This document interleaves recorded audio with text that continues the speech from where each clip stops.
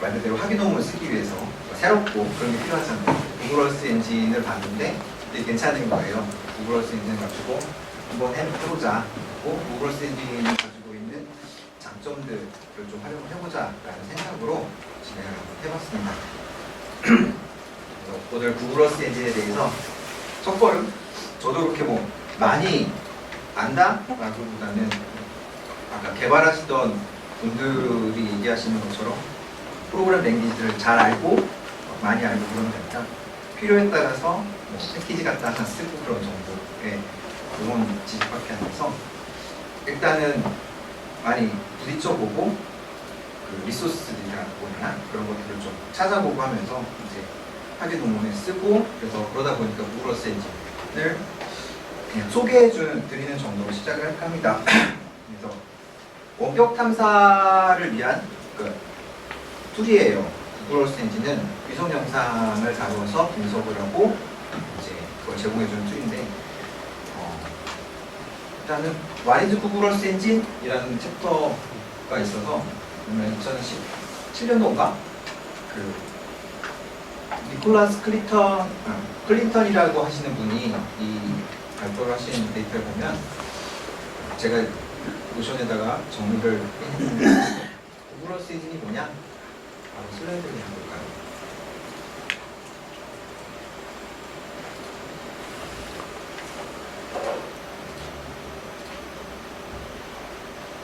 구글에서 만든 위성 데이터, 영상 데이터를 되게 효율적으로 쓸 수 있는 툴이 구글 얼스 엔진이다 라고 얘기를 하고 있어요. 슬라이드 보면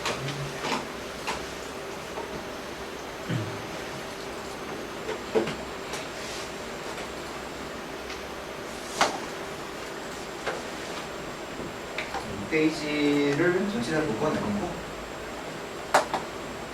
잘 설명이 되어 있어서 쓱쓱 넘기려고 했는데 보던 여러분이 이렇게 같이 붙으니까 그러니까 와이파이가 안 되나 보네요.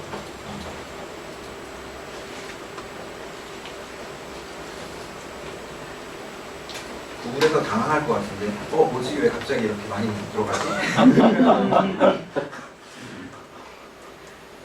내려서 볼게요. 구글에 대한 그 영상 데이터가 50페타바이트 이상의 관련 지구 관측 데이터들이 쌓여 있고 그 쌓여 있는 데이터를 구글에서는 가져다가 이걸 분석해주는 툴을 인프라스트럭처를 제공하고 있다. 그리고 파워풀 자바스크립트 API를 제공하고 있고 파이썬 그것도 제공을 하고 있습니다. 구글에서는 개발자들이 얘기하는 거는 일단은 자바스크립트 API 가지고 이 얼스 엔진에서 좀 접하고 나서 파이썬으로 가는 게 좋지 않겠냐. 그래서 일단은 파이썬 가지고 코딩하는 것 데이터를 좀 보고 파이썬을 배워라라고 그 구글 GO4굿이라는 구글에서 구글 얼스 엔진이라는 세미나가 있는데 거기서 그렇게 얘기를 하더라고요. 일단 자바스크립트가 베이스로 시작을 하고 다양한 파이썬이 있고 구글 얼스 엔진을 가장 대표적으로 보여주는 한 씬이라고 하면 이 페이지는 한번 슬라이드로 보여드렸는데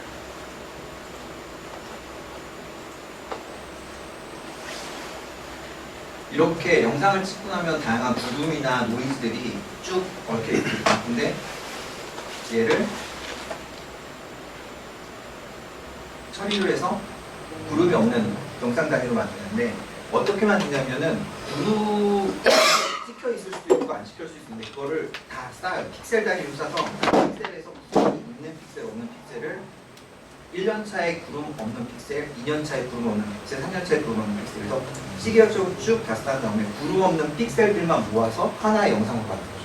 그러니까 우리가 그걸 분석을 하려고 그러면 구름 제거하고 뭐하고 다른 걸 다 쌓아서 분석을 해야 되잖아요. 그 중에서 막 찾아야 되는데 구글은 명령어 3줄이면 이렇게 영상이 구름이 없는 영상을 그 시계열 데이터를 쭉 분석을 한 번에 만들어 주는 강력한 기능이 있어요. 그래서 가장 큰 장점이라고 생각하는 건 시계열적 데이터를 씁니다. 한 씬이 아니라 쌓여있는 데이터 중에서 픽셀 단위로 가장 내가 원하는 픽셀들만 모아서 컴포짓해서 모자이킹 할 수 있는 그런 기능들 그리고 그런 시계열적 데이터보다 보니까 이런 전 세계를 가지고 전 세계의 영상을 가지고 쌓여 있는 거죠. 렌셋 같은 경우는 1985년부터 쌓여 있는데 85년부터 2002년까지 변화를 한 번에 쫙 보여줄 수 있는 걸 API 코드 외출이면은 만들어내서 쓸 수가 있죠.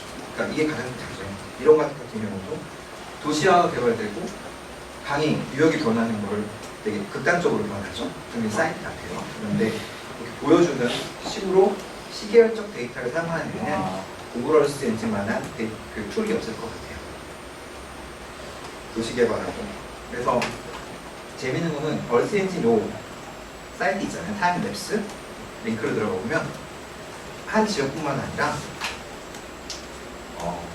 어반 그로스 같은 경우를 하고 지금 실시간으로 구글 얼스 엔진에서 데이터를 받아다가 데이터를 영상을 분석한 다음에 보여주는 거예요. 우리나라 같은 경우도 경상도 한번 볼까요? 자, 1984년부터 시작해서 사천이죠, 사천.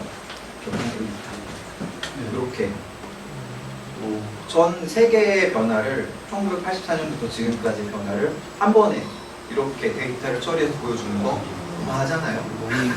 거기다가 영상, 구름 위성 영상이라는 게 구름 데이터, 구름 그림자라든가 이런 노이들이 되게 많아서 내가 원하는 영상 찾기가 되게 힘들어요. 근데 얘는 보시다시피 구름이 없어요. 구름이 없는 되게 정제된 영상을 한 번에 이렇게 보여준다. 그리고 세계 어느 곳이나 내가 막 볼 수 있다. 어마어마하게 파워풀한 것 같아요. 야, 이거면 뭔가 좀 사람들한테 쇼킹하게 보여주면서 논문도 좀 쓸 수 있지 않을까. 뭐 이런 생각이 들어서 구글 얼스 엔진을 선택하게 된 거죠. 그래서 데이터를 가지고 쓰게 된다. 링크가 깨지기도 하고, 근데 얘는 클라우드 기반 서비스예요. 그래서 인터넷이 돼야지 되는 그런 부분들이 있고, 그리고 코딩을 기반으로 하기 때문에 좀 불편해요. 얘가 예전에 아이콘 하나 클릭해가지고 이 데이터들을 하고 거기 원하는 분석 툴에 대한 분석에 대한 내용들을 적었으면 되는 것인데 이거를 다 코드에다가 집어넣어서 어디서 어디까지 텍스트 입력을 해줘야 되잖아요. 그래가지고 그게 좀 애매했고, 더군다나 제가 처음 시작할 때는 레퍼런스를 찾기가 좀 힘들었어요. 다른 사람이 개발해놨던 것들을 좀 찾아서 해야 되는데 구글 얼스 엔진을 활용해서 뭔가 막 하시는 분들, 해외에 막 논문들을 막 2000년대 되면서 증간하는데 그걸 가르쳐 주는 데가 별로 없더라고요. 그래서 어떡하지? 이렇게 찾다가 구글 얼스 디벨롭 사이트 가니까 거기에 이디오 코스나 이런 것들이 좀 많더라고요.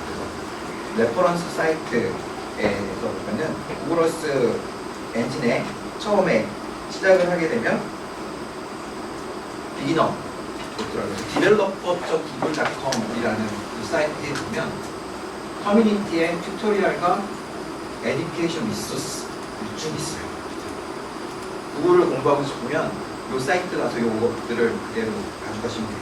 노션에 제가 링크를 걸어드렸으니까 이 부분 참고하셔서 노션 노트에서 보시면 되고, 오늘 하려고 이제 강의를 의뢰를 받고 나서 좀 찾아봤죠. 그럼 뭐가 좋을까? 트레이닝 리소스. 트레이닝 리소스는 이제 저같이 강의를 하려고 하는 사람들한테 자, 여기 봐라. 그러면은 데이터를 좀 줄게 라고 하는 거예요. 그래서 쫙 찾아보니까 딱 내용이 맞는 거. Instructor Reference for Beginning Workshop. Beginning Workshop이라는 게 있더라고요. 딱 됐다.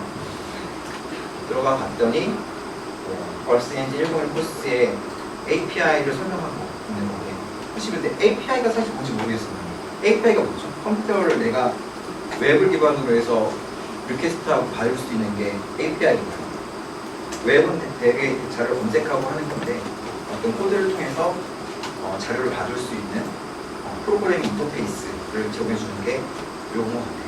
그리고 딱 보니까 시간도 원앤 하프 아워 90분 90분이에요.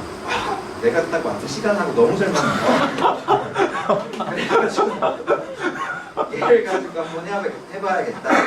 그래서 일단은 이 섹션에 따라서 리스트에 따라서 준비를 쭉 한번 해봤어요. 해보고 여러분들의 원래 소스가 궁금하면 여기 들어가 봐도 되는데 막상 또 강의를 준비하다 보니까 이 미국 사람들의 어떤 강의 스타일이 좀 너무 딱딱해. 내가 궁금해하지 않는 부분도 되게 많이 가르쳐주고, 그리고 코딩하는 사람들이 개발자가 이걸 하다 보니까 설명을 약간씩은 함수를 쓰면은 중간에 그 함수가 어떻게 작동하는지 잘 안 보이잖아요. 근데 함수를 간단하게 쓰는 거죠. 코딩 몇 줄 만에 이만큼 처리했어라고 보여주는 거잖아요. 근데 내가 궁금한 건 코딩 몇 줄에 그렇게 처리하는 게 아니라 요렇게 해서 처리가 됐어라고 보여주는 그런 부분이 좀 필요한데 코딩 몇 줄로 처리하는 그런 것들이 좀 있어서 일단은 그대로 내용들 세션에 대해서는 코딩을 했고 따라해봤고 막판에는 제가 좀 제 마음대로 내가 강의했던 내용들 해가지고 좀 고쳤습니다. 따라만 하시면 대충 이런 거구나라고 보실 수는 있을 것 같아요. 첫 번째로 구글 얼스 엔진을 사용하기 위해서는 구글의 사용자 등록을 하셔야 돼요. 그러면 사용자 등록하기 보면은 얼스 엔진 사인업 가면은 오늘 사인업 아직 안 하신 분들은 지금 하셔도 될 것 같아요. 금방 들어오니까 사인업 가서 자기가 필요한 내용들 적고 신청 서밋 눌러주시면은 서밋 하시면 바로 거의 그 메일로 자기 계정에 대해서 와요. 그래서 처음에 하고 나면 자 지금 작업하시고 계시죠? 사인업 하고 계시죠? 기다릴게요.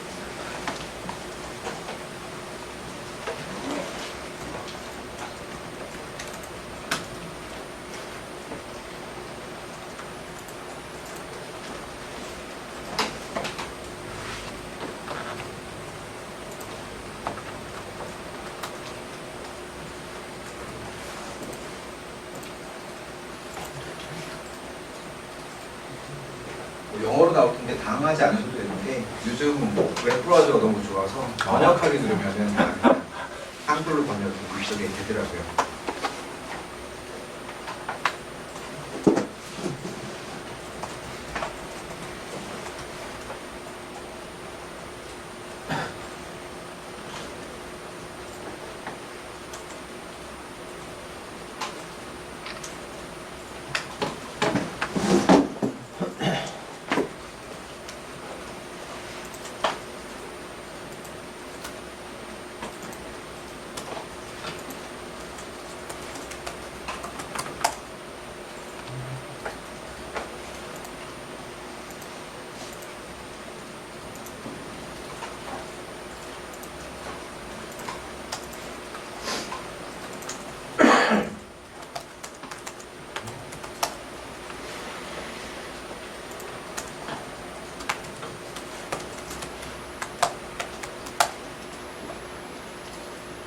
다른 데서 로그인을 하니까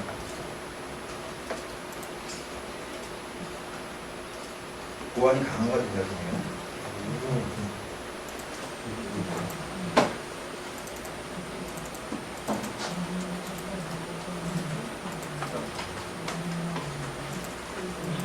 서밋하면은 거의 실시간이었던 것 같아요. 제가 학교에서도 학생들 대상으로 사인업 해봤는데 한 2, 3분 내로 거의 이 컨펌이 오고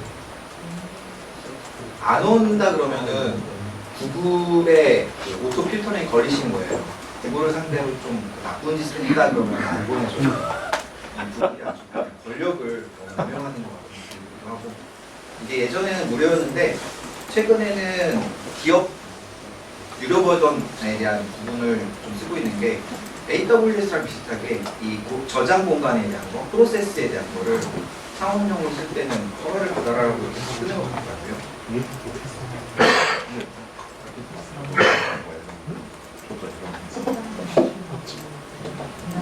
그 메일 확인하시고 거기서 이제 확인이 됐습니다라고 들어갈 되면은 연결되는 사이트에서 한번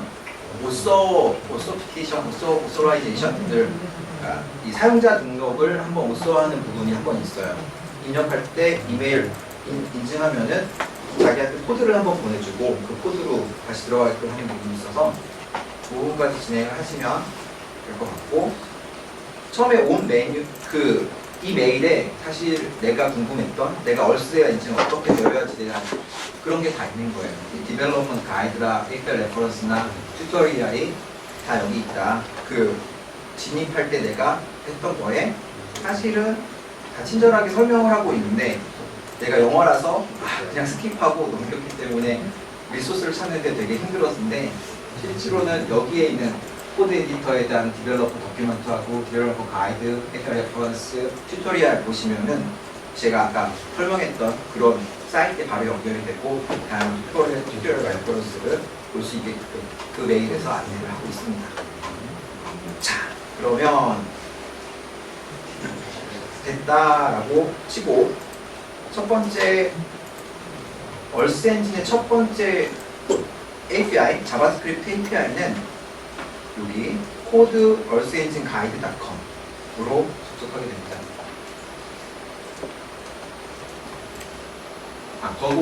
코드 얼스 엔진 가이드가 아니라 구글.com이죠. 여기 접속하게 되는 거죠.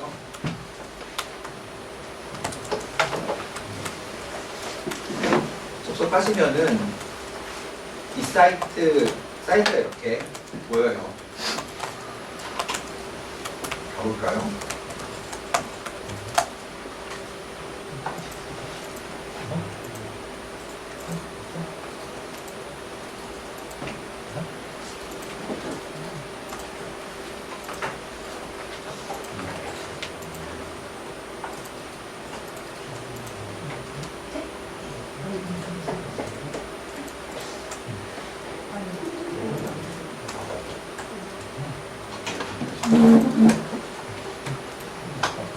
들리면 안 되세요?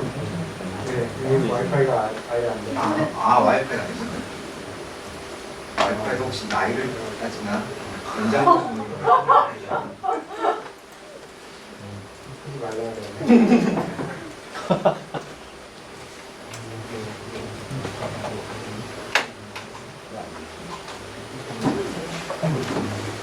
어떻게 깨져버린다. 엄청나. 네, 이 사이트에 접속하면 시작을 할 수가 있어요. 실습이니까 여러분들이 실습을 해서 해봐야 되는 부분이라서 기다리고 같이 갈게요. 코드 구글 엔진.com 접속하셨죠? 아직 조금 더 기다려야 된다. 그냥 하신 분? 그러면 그 사이트 코드에 대해서 좀 설명을 좀 드릴게요. 인터페이스는 나름대로 여기가 통합 개발 환경 IDE라고 여기서 얘기를 해요. 자바스크립트 기반의 구글 얼스 엔진 IDE라고 얘기를 하고, 왼쪽에 스크립트, 스크립트에 보면 내 데이터, 내가 쓴 글들이나 그런 것들을 올려놓을 수 있고, 그리고 샘플 코드들이 여기에 있어요. 스크립트에서 찾아가지고 코드 에디터에서 실행을 시킬 수 있는 참조가 되는 스크립트들이 있고요. 덕스는 설명이에요. 함수가 어떤 함수에 어떤 파라미터들이 들어가는지를 가져와주는, 그런 설명해주는, 참조해서 찾아올 수 있는 그런 사이트고요. 어셋은 내 자산, 내가 피처 파일, 그러니까 쉐입 파일이나 지역 파일들, 레스터 파일들을 여기다 올릴 수 있어요. 네, 용량이 조금 더 제한적이고, 만약에 어셋보다는 구글에서는 자기네 그 구글 클라우드에 있는 바스켓이라고 하는 그 데이터를 여기다 놓고 쓸 수 있고, 또 어셋에 보면 내 데이터를 올려서 쓸 수 있는 것이 어셋이라는 게 있고요. 그리고 여기가 코드 에디터 부분이에요. 그래서 여기다 코드를 하고 실행을 하고 코드를 집어넣고 런을 실행시키면 코드가 실행이 돼요. 이후에도 얘기하겠지만 자바스크립트는 저는 R을 되게 그냥 많이 썼는데, R은 한 줄 한 줄 실행이 되잖아요. 한 줄 한 줄 실행이 되면서 내가 메모리 뭐 찍어보고 이렇게 되는데, 얘는 이 코드 에디터에 들어가는 게 한 번에 쭉 실행이 돼서 이걸 좀 보려 그러면 코드 에디터를 여러 번 돌려줘요. 그러니까 어떻게 보면은 구글은 자산의 낭비를 리퀘스트를 되게 많이 받고 영상 트래픽이 되게 많이 발생을 하고 분석도 되게 많이 하는데 어쨌든 자바스크립트 이걸 제공하고 있는 건 이쪽에 하드웨어가 좀 엄청나지 않나 그런 생각이 들더라고요. 데이터 낭비도 분석량이 되게 많을 텐데 그래서 코드 에디터에서 한 번에 실행을 하고 실행시킬 수 있고 그리고 왼쪽에 보면 인스펙터, 콘솔, 태스크가 있는데 인스펙터는 내가 찍어보는 거예요.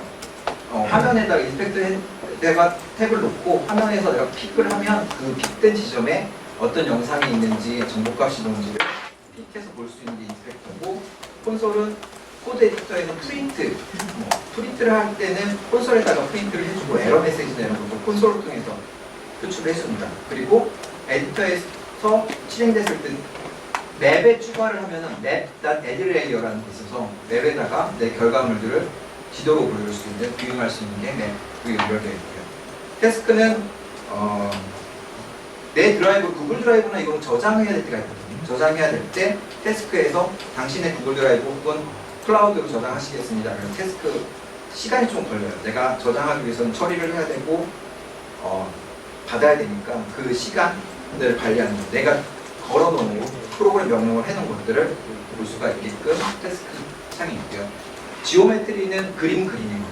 포인트 그리고 라인 그리고 폴리곤 그리고 네모 그리고 그래서 입력을 위에 코드 에디터에서 좌표로 입력을 할 수도 있지만 거의 그렇게 안 하고 여기서 대충 입력을 하고 좌표계를 좀 수정한다든지 하는 식으로 해서 지오메트리에서 영역을 그려놓습니다. 그리고 레이어는 QGIS는 레이어 창도 똑같아요. 화면에 내가 레이어를 추가했을 때 그 레이어들을 끄거나 키거나 할 수 있게 컨트롤 해줄 수 있는 부분이고 맵과 이거는 지도를 볼 거냐 영상을 볼 거냐 그리고 구글의 기본 구글 맵에서 하고 있는 그런 기본적인 인터페이스를 제공을 해주고 있죠. 줌아웃이 있습니다. 이렇게 해서 코드 에디터가 구성이 되어 있습니다. 스크립트 탭이 있고요. 아직은 좀 스크립트 탭이 아무것도 없을 텐데 요 코드 얼스엔진 구글.com except repo user 키마투 파크랩 이걸 클릭해서 들어가시면은 사이트 구글 코드 엔진으로 들어갈 거예요. 그리고 조금 기다리면 리더에 하나가 생길 거예요. 리더에 유저 키마투 파크랩 2101이라는 게 생겨요. 이거는 강의 자를 위한 그런 것인데 내가 강의 자료를 코딩을 다 해놓고 이렇게 레포지토리를 주소를 공개해서 해주면 여러분들이 접속하면 그 코드를 같이 볼 수가 있어요. 이 스크립트 창은 보면은 깃에 연결돼서 깃에 자기 데이터를 올려놓고 스크립트 창이 같이 공유해서 쓸 수 있게끔 돼 있다고 하는데 제가 깃을 못 써서 깃은 연결을 못했는데 어쨌든 코드를 공유를 해서 쓸 수 있게끔 되어 있고 다른 사람의 코드도 요 뒤에다가 저는 제 걸 공유했지만 다른 코드들도 강의를 듣다 보면 자료를 찾다 보면 이렇게 공개해 놓은 샘플들이 있어서 링크를 따라가시면 그 페이지를 쓸 수가 있습니다. 도큐멘트 탭에서 이제 한번 볼까요? 도큐멘트 탭에서 맵 센터라는 어떤 코드를 한번 검색을 한번 맵이라는 코드를 한번 보면은 도큐멘트에서 캐피탈 큰 대문자 맵.set 보면은 맵셋 줌 셋 센터 이렇게 되어 있고 설명을 보면은 맵셋 센터는 로케이션, 경도와 위도와 줌 레벨로 구성되어 있고 이렇게 쓴다. 넘버로 있고 줌 레벨을 쓸 수가 있고 줌은 0에서부터 24까지 됩니다. 이렇게 되어 있고 리턴 UI 맵이라고 해서 유저 인터페이스 여기에 맵이라는 것에다가 리턴을 해준다 라는 식의 도큐멘트를 볼 수가 있습니다. 그리고 이 코드 한번 써볼까요? 요 코드를 복사를 해서 복사, 지금 코드로 되어 있는 복사해서 여기다가 한번 넣고 붙여넣기 하고 런 한번 해볼게요.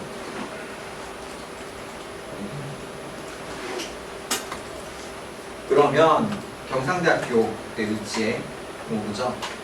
맵 셋센터라는 건 경도 128도, 위도, 그리고 줌 레벨 12로 맵의 지도의 위치를 중간으로 가지고 와라라는 단어고, 그걸 검색할 때 박스에서 요 인터페이스를 가지고 검색해서 여러분들이 볼 수가 있는 겁니다.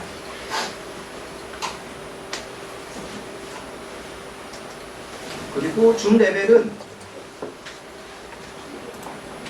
줌 제가 12로 했으면은 30 픽셀이 하나에 한 픽셀에 38m. 줌 19로 가면 한 픽셀에 0.3m, 30cm 이렇게 줌 레벨이 쭉 있어서 세 개 단위로 보면 줌 0으로 하면 한 픽셀 156이니까 거의 세 개가 다 보이겠죠. 줌 레벨에 대한 설명들에 대해서 도큐멘트 창에서 디벨로퍼 창에서 검색해서 보면 볼 수가 있습니다. 에셋 코드 에디터. 일단 이렇게 코드, 자바 코드를 사용하는 창은 이렇게 되어 있고,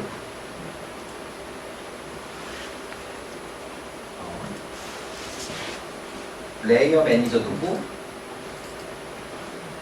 네. 이거는 화면에 레이어가 추가가 됐을 때 하는 거라서 실제로 내용들 진행하면서 익숙해질 것 같아요. 화면 확대 축소하고 끄고 키고 하는 그런 작업들이니까 일단 진행하면서 추가적인 설명들을 드리도록 하겠습니다. 자, 얘는 자바스크립트로 작동을 하죠. 그러다 보니까 자바스크립트의 기초 부분을 알아야 되는데 5분이면 지 자바스크립트를 끝낼 수 있을 것 같다라는 생각을 제가 한 건 아니고 설명할 때 just 5 minutes, it's okay 이러면서 설명을 하면서 넘어가더라고요. 그래서 진짜일까? 딱 캐주얼하게 하는데, 그래서 보면은 자바스크립트 코드에 얘를 딱 눌러보면 버전에 프로그램 써올 때 하는 거 있죠. 헬로 월드 쓰는 거 프린트 이렇게 써가지고 하면은 헬로 월드가 출력이 됩니다. 가로로 보고요. 이렇게 해서 작은 따옴표로 하면은 헬로 월드라고 출력이 될 거고요. 그리고 제일 중요한 거죠. 주석 처리. 주석 처리를 잘 해놔서 설명을 해야 되는데, 주석 처리는 슬러시 2개로 자바스크립트에서는 합니다. 그래서 그 줄이 슬러시가 2개가 있으면은 실행되지 않고 주석으로 되는 거고요. 그리고 다중 할 때는 슬러시 스타 슬러시로 끝납니다. 이렇게 해서 하면은 요 뒤로는 다 주석 처리가 되고 얘까지가 주석 처리가 됩니다. 끝날 때까지. 그 다음에 변수를 설정할 때는 variable, var을 씁니다. var을 쓰고 그 뒤에 변수명, 뭐를 쓰고 equal, 뭐 이런 식으로. 얘가 뭐 스트링이나 숫자나 문자 뭐 상관없이 일단 써놓으면 그 변수로 들어가는 것 같아요. 그 다음에 설정이 되는 것 같고, equal, 뭐 이런 식으로 하고, 글자 그 텍스트를 쓸 때는 작은 따옴표로 이렇게 묶어줘야 돼요. 그리고 글자 변수 설정은 쌍따옴표도 가능해요. 그 자바스크립트에서 얘가 글자다, 스트링이다 그러면 쌍따옴표도 가능한데 프로그램 할 때는 섞어서 쓰지 마라. 얘가 큰 따옴표와 작은 따옴표를 나타내는 그 항목들이 자기가 다를 수 있잖아요. 이거 섞어 쓰면은 불편하다라는 거죠. 그리고 명령문 끝에는 세미콜론으로 이렇게 됩니다. 그리고 or editor complains라고 나왔는데, 세미콜론 없으면은 아마 이 코드를 쓰실 때 컴플레인 할 거예요. 여기 없어, 뭐야? 라고 물어볼 거예요. 하지만 실행은 되지만 컴플레인은 합니다. 그리고 소가로를 이용해서 아까 프린트처럼 이렇게 안에 들어가는 내용을 묶어주는 작업을 자바스크립트는 하고요. 대가로를 이용해서 리스트라 그래서 메모리에 1, 2, 3, 4, 5번에 이제 각각 집어넣어야 될 때가 있어요. 그때는 대가로를 이용해서 첫 번째 칸에 에그플랜트, 두 번째 칸에 프로 칸에 휘트 이런 식으로 첫 번째 칸, 두 번째, 세 번째 칸 쓰고, 그걸 프린트할 때는 가로에 0번부터 시작해서 0번, 1번, 2번 이렇게 불러오는 형태로 해서 지정하고 불러오는 방법에서는 리스트를 쓸 때는 대괄호를 해서 이렇게 리스트를 해서 데이터를 입력해 준다. 중괄호는 딕셔너리를 정의할 때 중괄호를 쓰는데 이 딕셔너리뿐만 아니라 함수를 내가 구성을 해야 될 때가 있거든요. 펑션이라고 하고 펑션에 대한 정의를 할 때도 중괄호로 쓰긴 해요. 푸드는 브레드, 컬러는 레드, 넘버는 42 이런 식으로 매치가 되는 거, 페어가 되는 것을 할 때 중괄호로 해서 첫 번째에 푸드가 뭐, 두 번째가 뭐, 세 번째가 뭐 이런 식으로 숫자 순서대로 얘기를 하기도 하고 그렇죠? 이게 중괄호의 사용이고 스퀘어, 바스켓은 딕셔너리의 아이템을 불러올 때 아마 여기 프린트 마이디 컬러 그러면 컬러에 있는 레드를 불러다가 이렇게 쓸 거예요. 그러니까 이 딕셔너리라고 하는 대괄호 안에 있는 애들의 중간에 뭘 불러와야 돼. 위에서는 아까 숫자로 순서에 따라서 불러오는 것도 있었는데 여기서는 명칭으로 이렇게 불러다가 쓸 수도 있다. 근데 이것도 컴플레인해요. 다트를 웬만하면 서브 함수로 다트를 써라. 여기 보면은 mydig에 얘는 대괄호로 썼고 얘는 다트로 해서 컬러라고 해서 그대로 가져오면 위에 것과 아래 거는 똑같은 결과를 내보내요. mydig에 있는 서브에 있는 컬럼에 있는 애를 가져와라라고 하면 똑같은데 다트로 쓸 수도 있고 대괄호로 쓸 수도 있는데 같이 편하게 써. 점 하나만 찍으면 되니까 이렇게 쓴다. 그리고 함수를 정의하는 것 중간에 함수라고 하는 건 명령어를 한 줄로 실행하기 어려운 아까 얘기하는 서브로 돌아가고 있는 거죠. 이걸 정의를 해놓으면 그 안에서 서브로부터 쭉 순차적으로 돌아가야 되거나 혹은 이터레이션에서 반복해서 작업을 해야 되는 그러니까 1번째 불러다가 못 쓰고 2번째 불러다가 못 쓰고 3번째 불러다가 못 쓰고 이런 걸 정의를 해놓고 함수로 써야 될 때가 있는데 그때 함수를 정의할 때 이런 식으로 변수를 정해놓고 펑션이라는 명령을 하고 인풋 받는 거 스트링을 받아가지고 어떻게 처리를 한다 펑션은 스트링 인풋을 받는다 라는 내용이에요. 그리고 그러니까 중괄호를 쓰죠. 중괄호에 리턴에서 헬로에다가 요 스트링을 붙여가지고 돌려주는 함수다. 프린트해서 my hello 펑션이라는 걸 불러오고 스트링을 집어넣는 거죠. 스트링을 집어넣으면 아웃풋은 뭐가 될까요? 만약 얘가 프린트를 하면 뭐가 프린트가 될까요? 헬로 월드. 그죠? 그렇습니다. 자, 그래서 이거 한번 복사를 해서 실행을 시켜 보도록 하겠습니다. 복사를 했고 리셋해서 클리어 스크립트 전체 리셋 하고요. 붙여넣기 하고 아까도 말씀드렸지만 그거 한 번에 실행이 돼서 사실은 에듀케이션 코스에서는 프린트 한번 하고 이렇게 출력됩니다. 엔스하면 이렇게 출력됩니다 하고 쭉 넘어가긴 하는데 저는 그냥 한 번에 실행시켜 놓고 헬로 월드 이 오른쪽에 보면 컨솔에 답이 나오죠. 헬로 월드 어디서 나왔을까? 프린트 요거에 응답해서 헬로 월드가 나왔고 그 다음에 This string will print in the console tab 어딜까요? 프린트 여기 24번째 줄에 있는 요게 여기 두 번째 했고 여기에 명령어 끝에 세미콜론 안 붙였을 때 느낌표 missing 세미콜론 얘가 컴플레인 하죠. 느낌표 이렇게 띄워줍니다.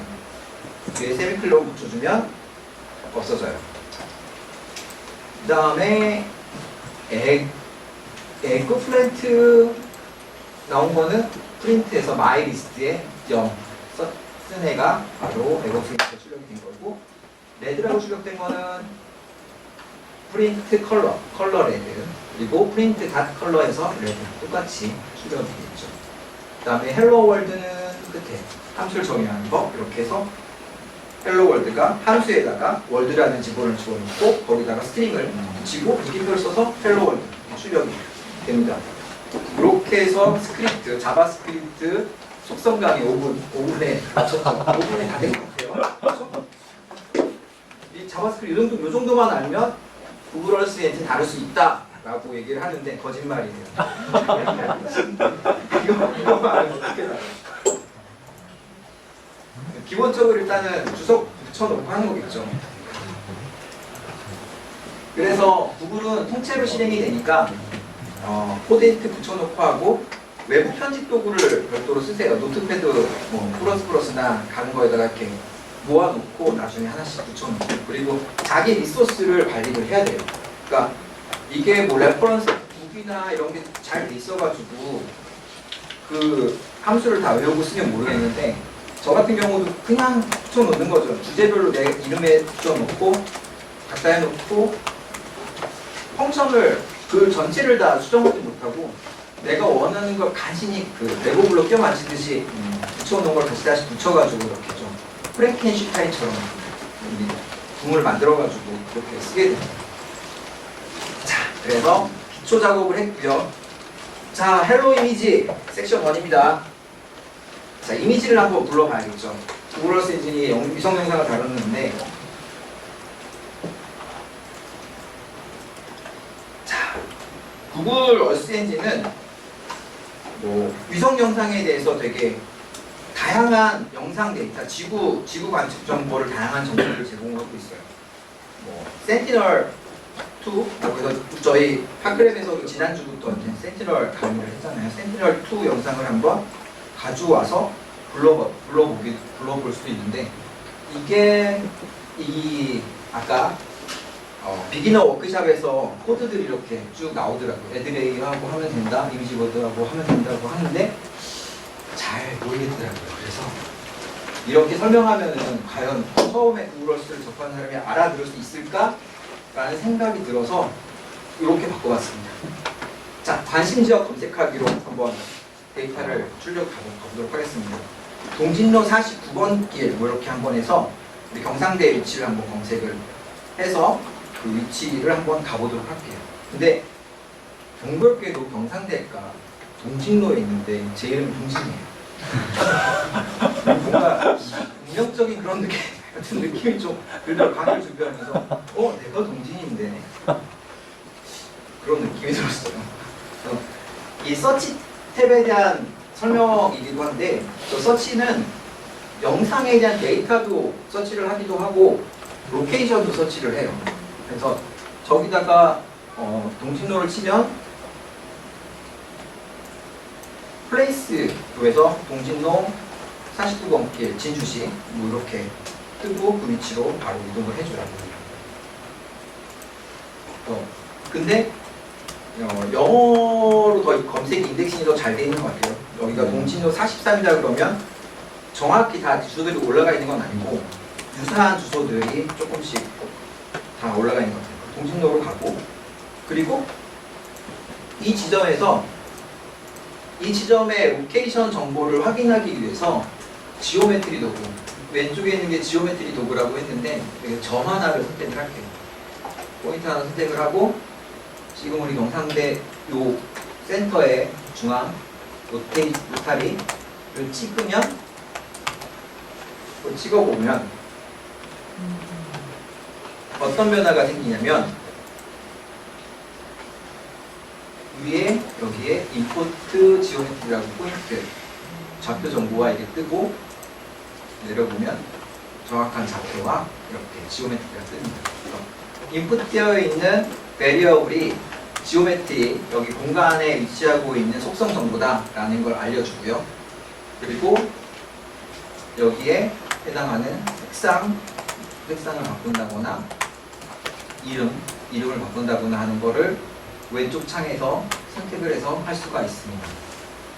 그리고 바로 여기서도 이름을 바꿀 수가 있죠. 지오메트리라고 하기에는 좀 그러니까 캠퍼스라고 할까요? 캠퍼스라고 바꿔줍니다. 그러면 이렇게 잘못 찍었네요. 하나가 더 늘어나면서 늘어났는데 저는 점이 하나만 필요하기 때문에 얘를 이렇게 잡고 선택을 하고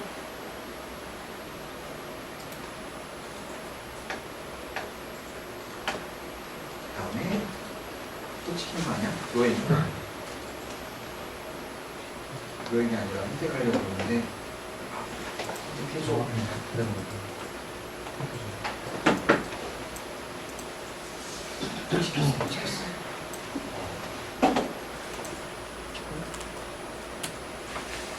이렇게 선택을 잘하면 딜릿이 떠요. 이렇게 선택을 잘하면 딜릿이 떠요. 선택을 잘못하면 점이 찍혀요. 캠퍼스 지오메트리를 선택을 했고 좌표도 확인을 했습니다. 이렇게 해서 지오메트리 포인트를 했고요. 포인트 입력을 했고 이제 위치 검색을 됐고 데이터 검색을 한번 해볼게요. 센티널2 데이터를 가져오려고 하는데 거기다 검색창에다가 센티널이라고 입력을 하고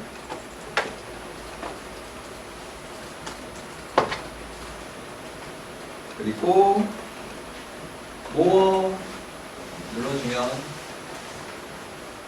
레스터 매칭 센티널 데이터 중에서 있는 데이터들이 쭉 뜹니다. 센티널 가지고 만드는 거의 전국을 전 세계를 커버하고 있는 데이터들이 쭉 있는데 여기에 또 필요한 게 있죠. 영상이 뭔지 알아야 될 거잖아요. 그거는 본 강의를 조금 주제를 벗어나는 것 같고 유 과장님이 정의해 놓은 컬렉션이나 뭐 이런 명칭이 있어요. 그런 것들 블로그에서 참조하시면 좋을 것 같고 우리는 센티널2 멀티스펙트럴 인스트루먼트 레벨 1C를 가지고 작업을 하려고 해요. 뒤에 있는 레벨이라는 건 그 처리 수준을 얘기해요.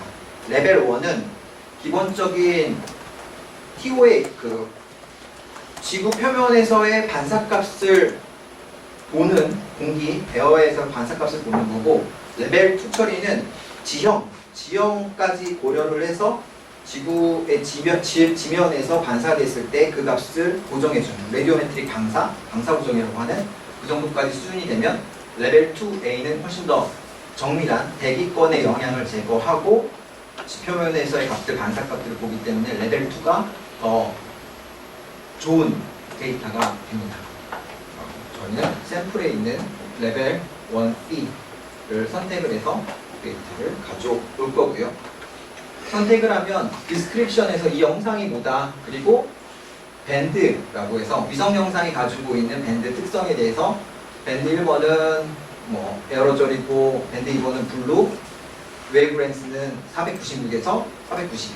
웨이브랭스라고 하는 거는 가시권의 범위는 되게 300에서 700 나노미터의 웨이브랭스를 짓는데 그거에 따라 각각의 센서들이 가지고 있는 취득할 수 있는 정보들의 차이인 거죠. 우리 눈은 가시권 정도만 보는데 우리 귀가 듣는 거는 웨이브랭스가 훨씬 더 낮은 거죠. 파장이 되게 낮은 거 우리 귀는 듣잖아요. 근데 소리를 우리가 볼 수는 없잖아요. 마찬가지로 각각 밴드도 이 파장을 해당하는 파장의 특성들만 기록되도록 이렇게 센서들이 잘 정비가 되어 있습니다.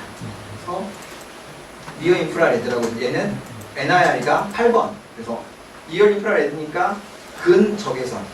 빨간색 방선이 700 나노미터 이상 되면서 쭉 한 뭐 1200 나노미터 그 정도까지 올라가면 니어 인프라레드라고 해서 우리가 눈에 보이진 않지만 엽록소나 이런 애들이 좋아하는 엽록소에 반사되거나 하는 특성을 가지고 레드를 흡수하고 있고 NIR은 보이진 않지만 어쨌든 그 빛이나 이런 구름 같은 걸 좀 뚫을 수 있는 파종이 길다 보니까 좀 이렇게 휘어나가는 경향이 있어서 밴드 특성을 잘 볼 수 있는 그런 특징을 가지고 있죠.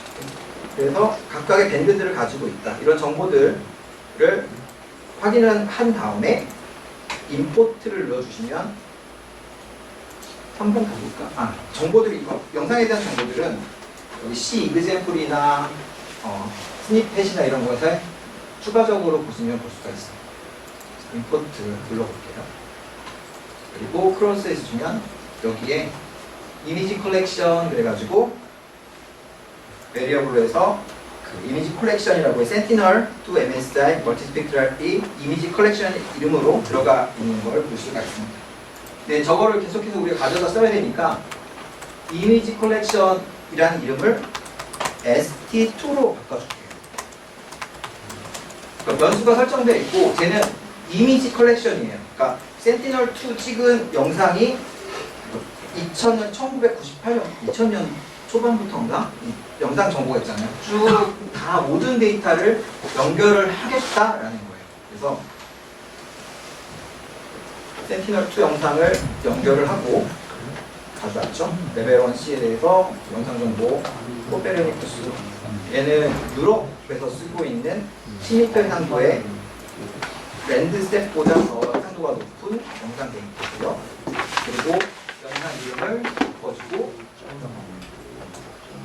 얘가 이미지 컬렉션이라는 것에 조금 집중을 해줘야 되는 게 구글 얼스 엔진에 다루고 있는 데이터 양식이 이미지가 있고 이미지 컬렉션이 있고 피처가 있고 피처 컬렉션이 있어요. 뭐냐면 우리는 일반적으로 영상 분석을 할 때 한 장의 이미지만 가져다가 쓰는 것이 되게 익숙한데 얘는 한 장의 이미지가 아니라 전체적 그 시기적으로 모든 시기의 영상을 다 가지고 있잖아요. 그러다 보니까 이미지 컬렉션이라는 그런 독특한 데이터 체계를 가지고 있어요. 그래서 이걸 이해를 해야 되는 건 이미지 컬렉션은 한 장의 이미지가 아니다. 그리고 이미지라고 지정된 애만 한 장의 이미지를 가지고 있다라고 생각을 하셔야 돼요. 그래서 이미지 컬렉션을 가지고 왔다. 자, 이미지 컬렉션 연결을 했는데 화면에다가 한번 추가를 해야 됩니다. 그때 우리가 쓸 수 있는 게 맵이라는 지도에 지도 창에다가 add 레이어를 st2라는 걸로 해서 뭐 뒤에 보면은 가로가 있는데 얘는 비주얼라이징 뭐 빨강 파랑 노랑 할래? 아니면은 검은색으로 할래? 그레이스케일로 할래? 뭐 그런 것들을 여기다 비주얼 파라미터를 집어넣어주고 어떤 이름으로 표시할 레이어 이름이 뭐냐라고 레이어 이름이에요. 그래서 데이터 시각 파라미터 그 다음에 레이어 이름 요게 있어서 자 얘를 한번 복사를 해서 요 끝에다가 밑에 있는 코드들 헬로 월드 자바스크립트는 지울게요.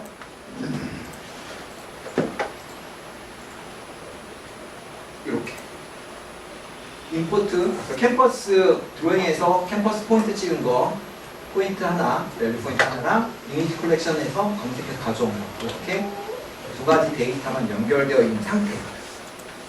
자 여기까지 됐어요? 따라오시고 있나요? 교수님 어떠세요? 잘 되고 있어요. 아 예.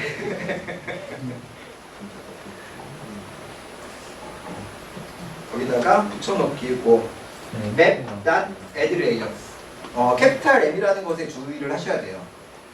우리 그냥 소문자 M으로 쓰게 되면 자바스크립트는 대문자 소문자를 구별을 하고 작은 M은 우리 map, reduce, 하도 그런 거 병렬 프로세싱 들어보셨나요?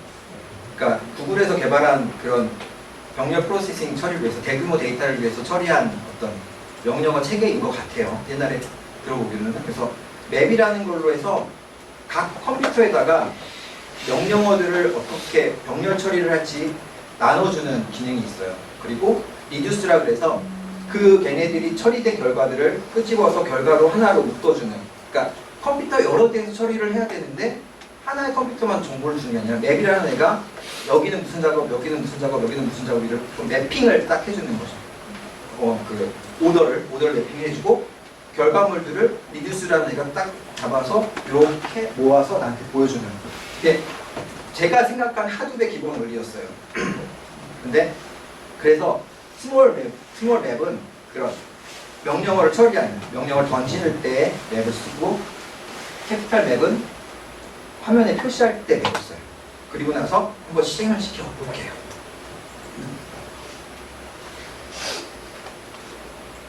실행시키면 여기 레이어에 요거 프로세스가 이렇게 보여요. 추가되는 프로세스가.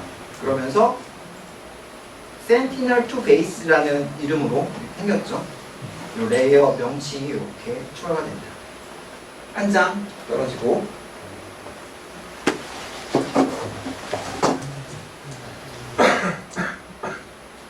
한 장 떨어지고 이건 조금 이상한 것 같지 않아요? 왜 이렇게 느리지? 뭐 이런 느낌. 컴퓨터 구글의 컴퓨팅 능력이 이거밖에 안 돼서 이 구글 어시스턴트를 어떻게 쓰지? 하나 불러올 때마다 이렇게 오래 기다려야 되나? 뭐 이런 생각들이 들 수 있는데 사실은 내가 무슨 짓을 시키려고 하냐면 센티널 영상, 구글 서버에 있는 센티널 모든 영상을 다 취합해서 화면에다 뿌려라. 그것도 내가 보고 있는 여기만 뿌리는 게 아니라 전 세계의 센티널 영상을 다 뿌려라 라고 명령을 준 거예요. 한마디로 내가 잘못한 거죠. 그거를 확인을 해봐야 될 거 아니야. 내가 뭘 잘못했는지. 인스펙터를 가서 여기서 여기 정보를 한번 인스펙터 찍어볼게요. 그럼 픽셀은 하나 찍었어. 픽셀 하나 찍고 오케이. 픽셀에 대한 정보를 한참 여기죠. 128.0940호 35.18수에 1m 픽셀 하나를 찍었다 라고 하고 센티널2 베이스라는 이미지 컬렉션이다. 오브젝트를 한번 클릭해 볼게요. 영상이 1699장이 이 검은색 밑에 깔려 있는 거예요. 1699장의 정보를 심지어는 전 세계에다 지금 뿌리고 있는 거지. 근데 뿌듯해할 수도 있어요. 내가 이렇게 큰 정보를 한 번에 이렇게 뿌릴 수 있나 있다 뭐 이런 느낌도 들긴 하는데 그럼 뿌듯함은 잠시 접어두시고 우리는 이제 실습을 해야 되니까 다 지웠다. 네, 다시 찍을게요. 저 요청을 받아주는 것도 대단.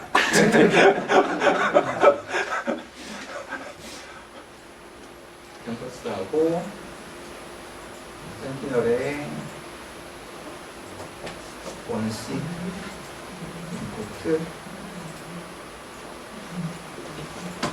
임포트하고 여기다가 S2라고 하고 그래서 이 명령어는 잘못됐구나.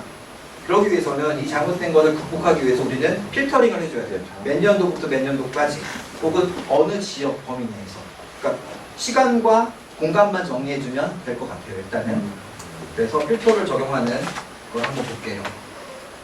이미지라는 단편적인 이미지. 여기서는 이 이미지라고 해서 이미지 콜렉션이 아니라 한 장의 이미지만 가져오기 위해서 이렇게 쓰는 거예요. 뒤에 메디스 하면은 여러 가지가 나오겠지만 일단은 한 장의 이미지를 가져올 거고 ST2라고 해서 우리가 센티널2 데이터를 가져오고 다트로 쓰는 건데 이게 연결되어 있지 않아서 조금 헷갈릴 수 있는데 실제로는 뒤에다가 이렇게 갖다 붙인 거예요.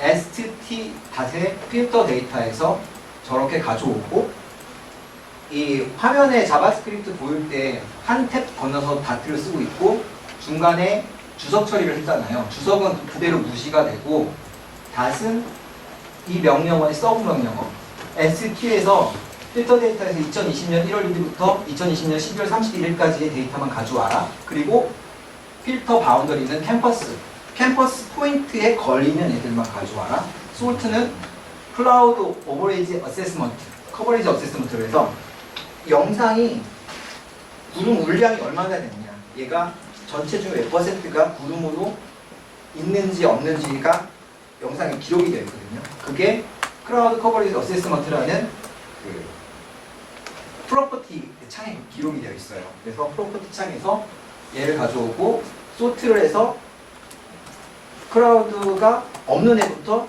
쭉 나열을 해서 가지고 있어라. 그리고 얘는 first, 그 중에서 첫 번째만 선택을 해서 이미지에다가 넣어라라는. 그러니까 여기는 시간적으로 필터 데이터를 하고 공간적으로는 필터 컴퍼스라는 검색되는 애만 가져오고 속성 중에서 구름의 물량에 따라서 소팅을 하고 그 중에서 첫 번째 이미지만 가져다가 이미지에다가 집어넣어라 라는 게 이 구문의 내용이에요. 자, 그러면 복사를 해서 이렇게 숨이 차지. 담배를 끊어야 되는데 제가 요즘에 원래는 끊었었는데 최근에 담배도 사람들 만날 때 필요하더라고요. 우리 한국의 고집적인 사면 있잖아요. 혈연, 인연, 혈연, 지연, 학연. 그 다음에 네 번째요. 나쁜, 흡연. 이 네 번째 나쁜 연이 있어서 사람들을 잘 만나다 보니까 건강이 이렇게 해로워졌습니다. 그래서 이미지를 검색을 해주면 컨트롤 창에서 프린트를 했어요. 센티널2 이미지라는 이름으로 출력을 하고 이미지를 출력을 해라. 예, 결과가 나온 얘를 출력을 해라 라고 해서 했더니 센티널2 이미지는 이렇게 이름이 뭐냐면 S2 2020년 1월 5일날 T021051에 아마 시간이나 이런 거겠죠? 박사님 질문이 있으신 것 같은데. 아, 네. 예. 인터넷인데도 캠퍼스 여기가 지금 에러 때문에 빨간색으로 밑줄 쳐져. 아, 캠퍼스에 밑줄이 거져 있는 건 위에 네. 얘 이름하고 안 맞아서 아. 위에 있는 애가 가져와야 되는데 네. 캠퍼스라고 해서 우리 포인트를 가져왔잖아요. 영역을 가져와야 되는데 네, 해결이 되었어요. 네, 대소문자의 차이가 있을 때 네. 그래서 영상을 여기는 보이는데 이제 화면에 맵에다가 뿌려줘야 되잖아요. 맵에다가 뿌려주려면 아까 add map layer 했죠.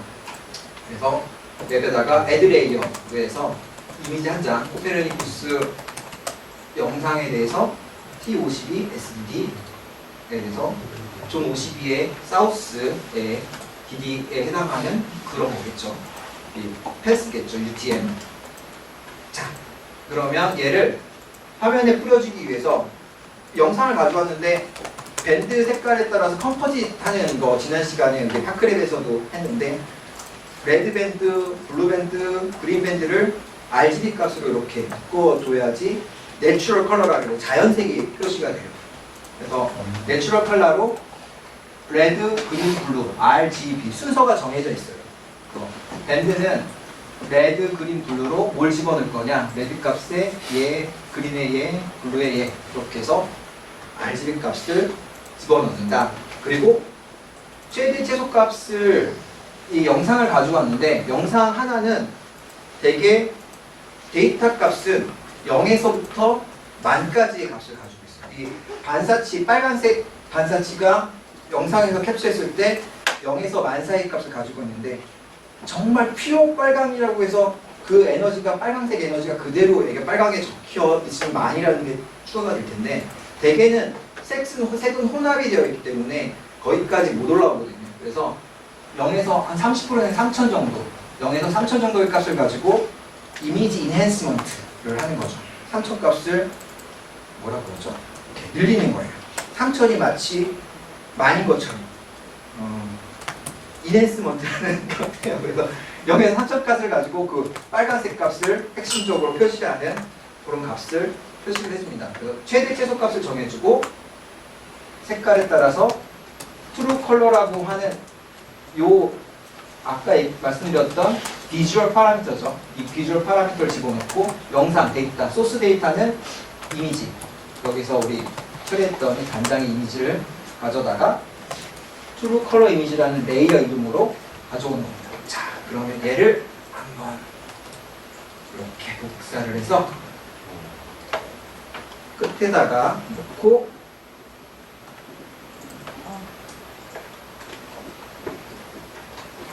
실행을 한번 시켜볼게요.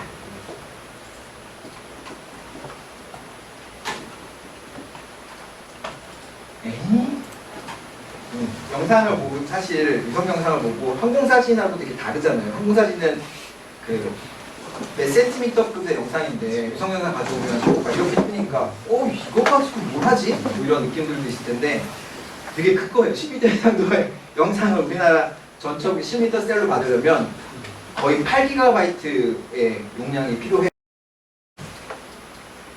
근데 이걸 30m 셀로 줄이면 용량이 얼마나 줄까요? 10m 셀을 10m 셀에 8GB였어. 그러면 30m 셀로 하면 얼마 줄까요?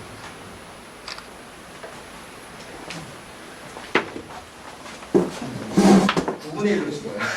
왜냐하면 이게 30m 셀이 10m 셀은 30m 셀에서 9칸을 찾으면 10m 셀이 9개가 들어가야 30m 셀이 하나가 만들어지고, 그래서 10m 셀을 전체 우리나라 전국을 커버하면 8GB가 되는데 걔를 30m 해상도로 줄이면 한 1기가 안쪽으로 떨어집니다. 그래서 랜드셋과 센티널2의 차이는 8배의 해상도의 차이를, 용량의 차이를 가지고 오고 있고, 지금 우리 센티널 데이터는 10m 해상도로 이렇게 해서 가져왔어요.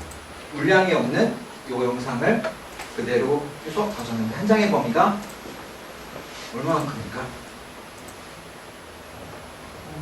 이만큼.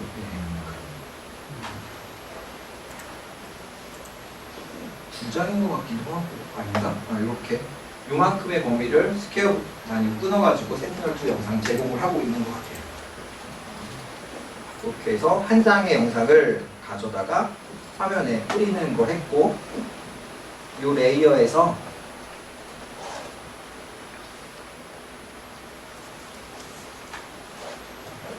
자, 화면에서 센티널2 영상을 가져오고, 요거 여러분들 화면에서 확대 줄서 하고 손가락 모양으로 변화하는 거 비기너 코스니까 이거 한번 해봐야죠. 움직여보고, 패닝 해보고, 플러스 버튼 눌러보고, 확대해보고, 마이너스 해보고, 그리고 화면에 이 움직이는 것들 한번 해보는 시간을 좀 가지고,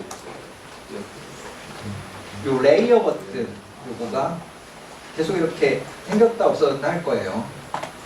왼쪽에 레이어, 얘 락을 걸어놓고, 락을 걸어놓으면 화면에 유지가 돼요. 그리고 요 슬라이드 바, 얘가 투명도 조절입니다. 투명하게 이렇게 하고, 어드밴스 단계는 투명 플러스 스프릿, 화면을 분할해서 왼쪽 오른쪽에 이런 것들 UI를 붙일 수 있는데, 또 개발할 것도 아니고 UI까지 붙여가지고 그런 건 아니고 그냥 화면에서 보기만 하고 분석하고 이렇게 보여주죠. 이 투명을 왜 쓰냐면 데이터를 움직일 때마다 얘가 이렇게 리퀘스트라고 이미지를 타일을 가져와요. 그러다 보면 해상도가 커지고 레이어가 되게 많아져서 다중 레이어를 분석을 할 때는 지금 가지고 와 있는 이 데이터 내에서 웬만하면 안 움직이는 게 시간의 딜레이를 줄여요. 그래서 고정해 놓고 한 레이어를 키고 키는 게 아니라 트랜스페어런스를 조절을 했다, 끄고 키듯이 이런 식으로 안에 정보를 확인하는 식으로 영상 작업을 하는 게 좀 더 효율적이에요. 자, 그리고 인스펙터도 한번 봐야겠죠. 인스펙터에서 여기 오른쪽 상단에 인스펙터 누르고 궁금한 데를 한번 찍어보죠. 찍어보면 지금 우리는 화면상에 뿌려진 거는 432를 가지고 컴포지션에서 뿌리긴 했지만 실제로 여기 깔려있는 영상의 정보들에서 각 밴드 1번의 값이 뭐고 2번의 값이 뭐고 각 밴드의 값이 이렇게 나와요. 강을 한번 찍어볼까요? 하천은 에어로졸과 밴드2 이쪽이 되게 크게 나오는 하천 느낌이고, 여러 지역의 데이터들을 이렇게 밴드의 특성을 가지고 할 수 있고, 여기 차트를 리스트 형태로 이렇게 밴드 값들이 나오는 형태로 볼 수가 있습니다. 차트로 보거나 이걸로 보거나 이렇게 보실 수 있고, 이 차트는 오른쪽에 보면은 전체 보기가 있어요. 그래서 그 부분의 차트를 값을 내가 가져다가 레포팅을 해야 되잖아요. 그 지점의 밴드 값이 뭐뭐다 해서 하려고 하는데 단일 지점이지만 여러 리스트가 있을 때는 이 차트를 가지고 해놓고 다음으로 CSV 해주면 밴드 1, 밴드 2에 대한 것들을 엑셀, CSV 차트로 값을 가져다가 보고서에 첨부할 수가 있습니다. 차트로 그려지는 모든 값들이 나중에 그려지는 시계열 차트라든가 모든 것들이 다 이렇게 밴드 값을 가지고 차트를 그린 다음에 CSV 다운로드 받을 수 있게끔 인스펙터와 레이어 이런 옵션들을 지정해서 쓸 수가 있습니다.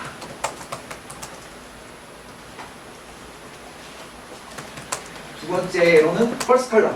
그래서 트루 컬러라고 하는 우리가 흔히 보는 걸 구분했고, 밴드 8번을 붙이면 아까 밴드 8번이 니얼 인프라레드였죠. 그래서 근적외선 값을 강조해서 레드로 쓰게 되면 얘가 레드 값이 크게 나오는 애들이 식생에 되게 반응을 많이 하는 애들이에요. 그러니까 정확하게 식생을 분석했다라기보단 식생 지역에서 빨간 값이 근적외선의 반사 값이 되게 높아요.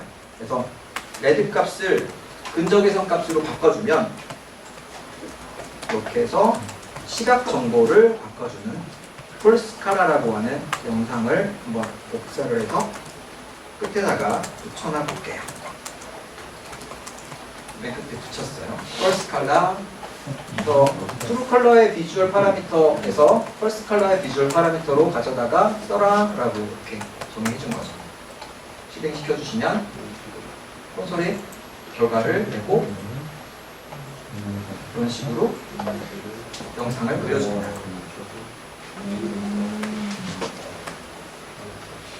그리고 레이어. 레이어는 이렇게 보는 거죠. 껐다 켰다. 아까처럼 밑에도 껐다가 켰다가 이런 식으로 레이어를 다루어서 볼 수가 있고, 이 운동장 같은 경우에는 짙은 갈색인데 사실은 그러면은 대개는 그냥 잔디밭이 아닌 경우가 좀 있죠. 뭐 이거는 NDVI가 아니기 때문에 대충 식생이 풍부하다 아니다 라는 그런 기준으로 볼 때 판단을 해서 봅니다. 펄스 컬러로 해서 비주얼 파라미터 정리해서 분석을 할 수가 있고요. 레이어 컨트롤에서 온오프 할 수가 있습니다. 이렇게 해서 기본적으로 영상을 가져오고 비주얼 파라미터를 적용하고 레이어 컨트롤하고 줌인 줌아웃하고 이렇게 볼 수 있는 형태의 기본 인터페이스를 실행을 했습니다. 자, 여기까지가 이제 1교시.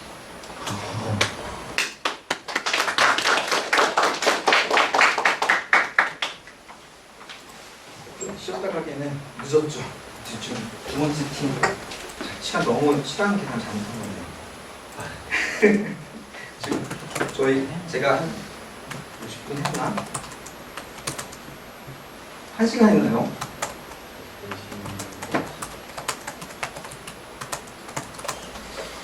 시간은 20분까지인데 뭐지? 지금 끝난 건가요? 그냥 뭐 뒤에 연구원님 한성훈 의원님. 아 근데 제가 종료 시간을 5시 40분으로 맞춰놔가지고 20분 버퍼를 가지고 있거든요. 20분 내에 그러면은 그 시작도 20분 정도 늦게 시작하셨어요. 그래서 그랬어요. 예예예. 깜짝 놀랐어요. 시간이 뭐 벌써 끝났나? 저는 시간이 근데 그렇다고 뭐 이렇게 더 빨리 진행을 하거나 내용을 더 진행하기에는 별로 안 좋은 것 같아요. 일단은 알고 계속 커뮤니케이션 하고 지나가야지. 그냥 누구로서 이렇습니다라고 쭉 지나가고 나면 나중에는 그랬나? 그렇잖아요. 한번 해보고 나면 아마 뒤에까지 가지 않더라도 기억에 남는 부분들이 더 많지 않을까라는 생각이 듭니다. 그래서 이 영상을 가지고 분석을 한번 해보자라는 탭으로 넘어가는 거죠. 가장 대표적인 분석이 NDVR라는 Normalized Difference Vegetation Index라고 해서 식생이 가지고 있는 특징이에요. 녹색일 때는 그냥 보기에 녹색이지만 얘는 사실은 비저블한 그 레드 값, 빨간색 값을 염록소가 다 커버를 하는 거죠. 오른쪽에 보면은 보이시죠? 빛에 파장에 따른 식물의 생리 반응에서 요즘에 LED 나오는데 빨간색, 적색, 엽록소 작용 최대 655, 발화작용 6대로 해서 엽록소가 빨간색에 되게 잘 반응을 해서 엽록소가 많으면 빨간색을 다 먹어요. 그리고 그거를 반사를 안 시키니까 얘가 녹색일 때는 빨간색 광이 들어왔다가 8%만 나가고 뭐 리얼 인프라레드는 빨강이건 갈색이건 그냥 이렇게 반사를 거의 다 시키죠. 근데 갈색이 됐을 때 엽록소가 없어진 상태에서는 빨간색 광이 들어와도 그냥 반사가 됩니다. 그 말은 우리가 단풍의 원리가 엽록소가 죽어가면서 빨간색 광을 흡수를 하다가 반사를 시키기 때문에 이게 빨간색으로 바깥 주황색 계열, 그러니까 빨간색 계열로 표시가 되는 거죠. 이런 원리를 나사에서 개발을 발견했나? 다른 과학자가 발견했겠죠. 해가지고 이 원리를 이용해서 적외선과 빨간색을 합쳐서 이 값의 차이를 보는 거죠. 적외선은 항상 일정하고 빨간은 계절에 따라서 엽록소가 많을 때는 늘어났다가 늘어날 때 NIR가 빠지면 엽록소가 빨간색이 헷갈리게 났는데 어쨌든 빨간색의 흡수가 많이 됐을 때는 얘가 녹색일 때는 이 값이 크게 되죠. 왜냐면 빨간색 돌아오는 빨간색 값이 거의 0에 가까울 테니까. 그래서 이 값이 거의 1에 가까워지고 그리고 빨간색의 흡수가 안 되는 가을에는 얘가 증가하는 거죠. 빠지는 레드 값이 증가를 하니까 이 값이 줄어들겠죠. 그래서 이 계절의 원리에 따라서 NR의 원리에 따라서 4번 밴드 니어 인프라 레드 밴드와 레드 밴드를 가지고 저렇게 노멀라이즈 시킨다고 하죠. 두 값을 합치고 차이를 보여주게 되면 식생 반응에 민감한 밴드 인덱스를 만들어 내게 됩니다. 이 계산식을 가지고 우리 아까 센티널 데이터에 니어 인프라 레드가 8번이었고 4번 밴드가 있어요. 그래서 레드 밴드는 이미지에 밴드를 셀렉트해서 4번 밴드를 가져다가 레드에다가 집어넣고 이미지 셀렉트해서 8번 밴드를 가져다가 NR에다 집어넣어가 이 자바스크립트에서 요거를 익스프레션이라는 함수를 쓰면 요 쌍따옴표로 텍스트로 되어 있는 얘네 둘의 값을 위 안쪽에서 무엇인지를 지정할 수가 있게 됩니다. 그래서 요거는 약간 수식을 이해하기는 편해요. 하지만 직관적이진 좀 않죠. 밴드 8번이 여기 들어가고 4번이 저기 들어가고 하는 직관적이진 않지만 수식 자체가 NIR 레드, NIR 레드를 나누어서 요 값을 계산해서 NDVR 값을 돌려주는구나 라는 걸 이해하기 편해서 요 수식으로 가져갔고 그러면 NDVR에 각각의 이미지 조합이 된 NDVR가 계산이 됩니다. 그리고 레이어에 NDVR 값을 추가를 해서 한번 표현해서 오도록 하겠습니다. 그러면 잠깐만 NDVR 할 때 이 이미지가 저희가 돼야 되겠죠? 에러가 뜰 거예요. 그 이미지를 뭘로 해야 될지 볼게요.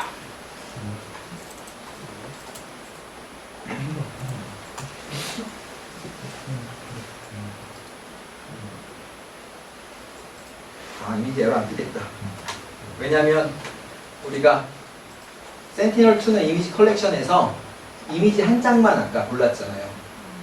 여기에 퍼스트에서 이미지 하나를 골라왔기 때문에 여기 변수가 이 이미지를 가져다가 여기다 집어넣고 이 이미지에서 얘가 가지고 있는 밴드 중에서 1, 2, 3, 4, 5, 6, 7, 8번과 4번 밴드 이 밴드 특성을 가져다가 계산을 해서 돌려주는 거죠.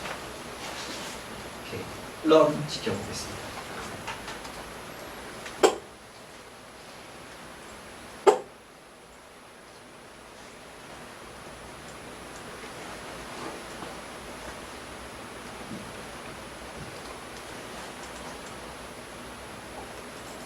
네, 이렇게 해서 계산이 됐어요. 이 맨 위에 있는 게 NDVR인데요. 그리고 아래쪽에 있는 게 first color 되고 true color, NDVR 아래 이렇게. 값이 보면 그레이스케일로 검은 색과 흰색으로 나오잖아요. 그러면은 이 밸류가 값이 높은 거는 흰색에 가까운 거. 그러니까 값이 크면 흰색으로 나오고 값이 낮은 건 어두운 색. 근데 이것 좀 색깔이 이렇게 결과물이 나왔는데 흰색인 데가 산에 있는데 뭐 이런 데가 식색이 많은 데는 흰색으로 배포가 되는데 이렇게 분석 결과를 도출을 해냈고 이걸 좀 시각적으로 예쁘게 다듬어 봐야겠죠. 다듬어 보기 위해서 이 색깔들을 한번 비주얼 파라미터에서 아까 우리는 민 맥스 하고 민 맥스만 집어넣었죠. 이쪽에서는. 그렇죠? 아까 비주얼 파라미터에서 민 맥스만 집어넣었는데 밴드 민 맥스만 집어넣었는데 여기다가 색깔을 좀 집어넣는 명령어를 한번 실행을 해볼게요. 팔레트라는 명령어예요. 시각적 요소를 팔레트라는 이유로 브라운, 옐로, 그린, 블루 이렇게 적어놓으면 왼쪽에 스펙트럼이 브라운에서 중간에 옐로, 그린, 블루에 해당하는 요 색상판을 만들고 그 색상판을 여기다가 적용을 시켜서 보여주거예요. 팔레트, 비주얼 파라미터 중에서 색상판 적용하는 거 끝에다가 붙여볼게요.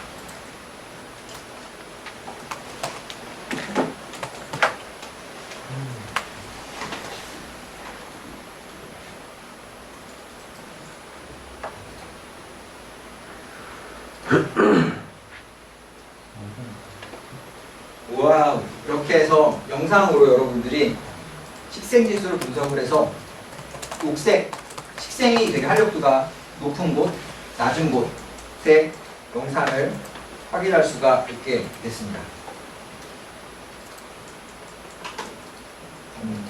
그래서 공원이라든가 이걸 가지고 뭐 어느 정도 이상 스레시홀더를 잡아서 어느 정도 이상 되면은 얘네는 녹지대, 어느 정도 이하 되면은 도심지, 이런 식으로 클래시피케이션 할 때 녹지대와 도심을 나누는 그런 값으로 분류를 해서 NDVI 값을 쓰기도 합니다.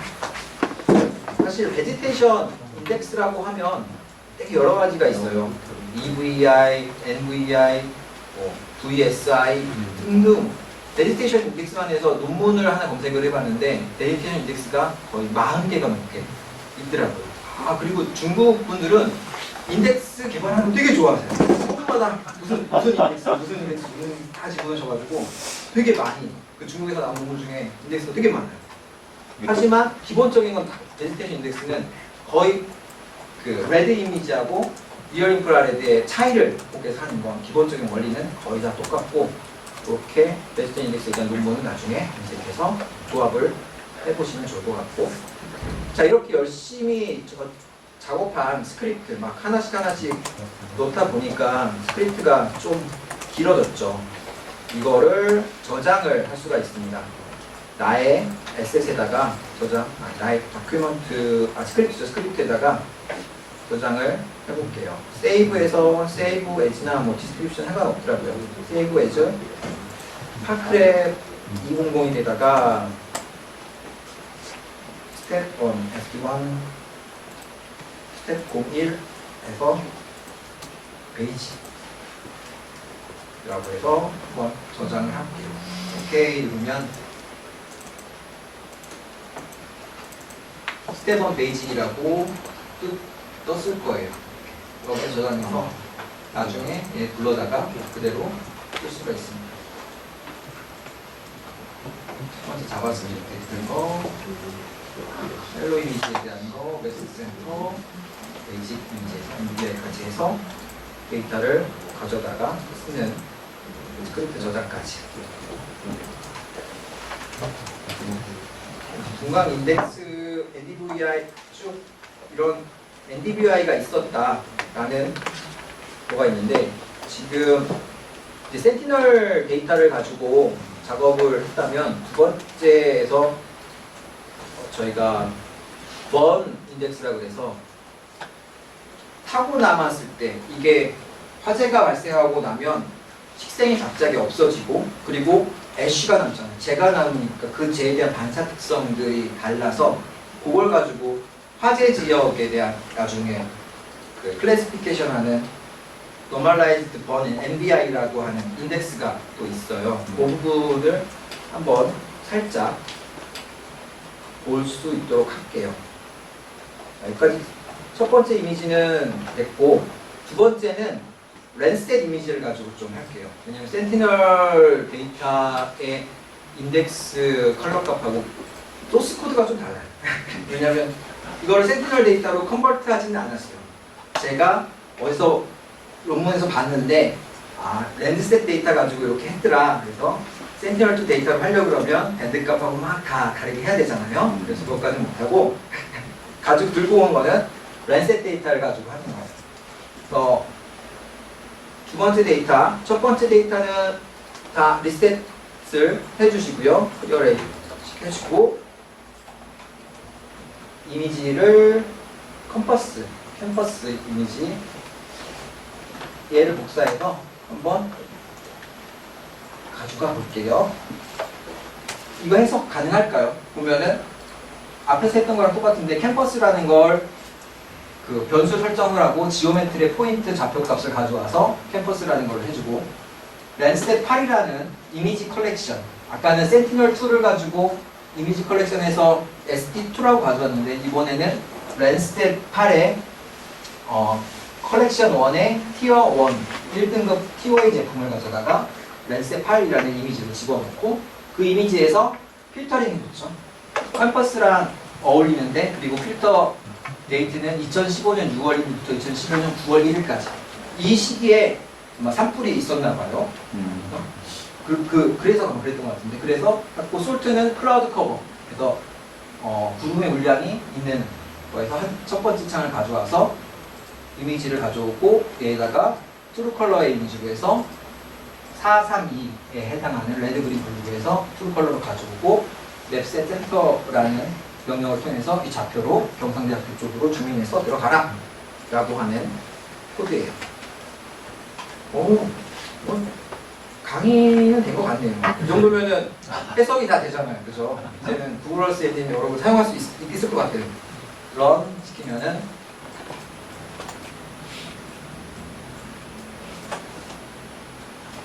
랜셋 데이터 중에서 2015년 데이터를 이렇게 가져옵니다. 랜셋 데이터는 아까 센티널 데이터랑 다르게 패스로가 이렇게 대각선으로 조금 길게 올라가게끔 되어 있어요.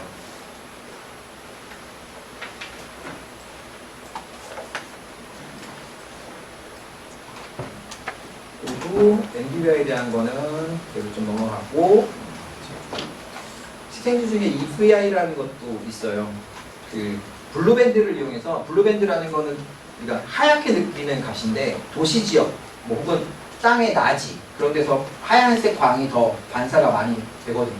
그러면서 이 녹색이 빨간색 광을 흡수하고 바닥에 있는 블루광이 얼만큼 나오느냐를 걔를 노이즈를 조금 제거해주는 방식으로 인핸스 베지테이션 인덱스를 최근에 쓰는 것들은 블루광까지 고려를 해가지고 EVI를 좀 많이 써요.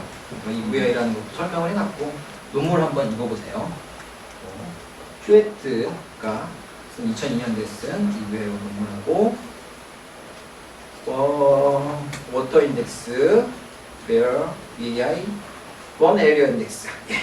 그래서 one area index라고 해서 2002년도에 슈비코라는 사람이 화재의 흔적과 심각성을 나타내는 지수로 개발되었고 2019년에 산불에 대한 위성 영상을 사용해 보도록 하겠습니다. 여기서도 보이네요. 세트 랜스텝 8번을 하고 2019년 4월에서 2019년 5월 사이에 값을 가져오고 번 이미지라는 이름으로 하고 요 코드를 한번 실행을 시켜보도록 하겠습니다. 앞에 건 필요가 없었네. 맵 센터는 129, 그렇죠. 다 앞에 것도 다 지워야겠네요. 경상대 쪽에서 보면 안 되죠. 번 에러 인덱스를 붙여놓고 실행을 한번 시킬게요.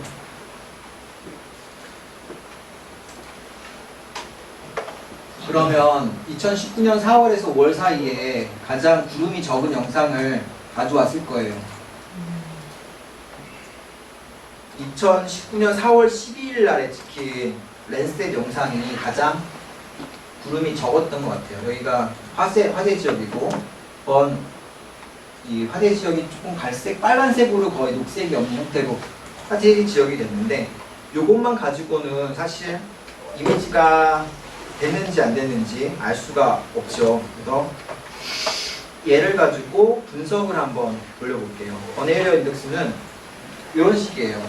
레드밴드하고 리얼 인프라레드 밴드 값의 그 조합을 통해서 식생이 망가진 지역이죠. 그쪽에 식생이 갑자기 망가져서 뭐 잿빛이나 그런 것으로 나오는 지역을 커버를 할 때 이렇게 쓴다. 그래서 이 수식에 따라서 쓰면 되고 색깔은 0에서 400 정도 되게 급격하게 중간에 몰려 있는 것 같아요. 값이. 그래서 값이 몰려 있는 게 아니라 얘는 랜스텟 8은 1에서 0에서 1000까지의 값을 가지고 스케일이 되어 있어요. 그래서 아까는 센티널2는 0에서 1000까지의 값이기 때문에 3000이라고 했지만 0에서 400까지 되면 얘는 한 40% 정도 되는 값을 가지고 인핸스먼트를 해준 거예요. 그래서 이 코드를 실행시켜보면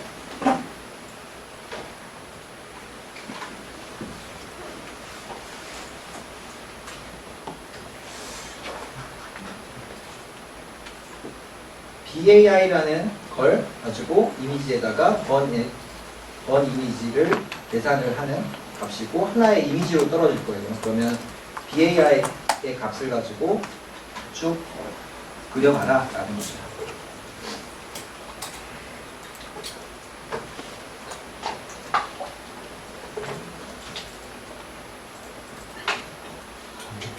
이렇게 되면 지금 특성을 보면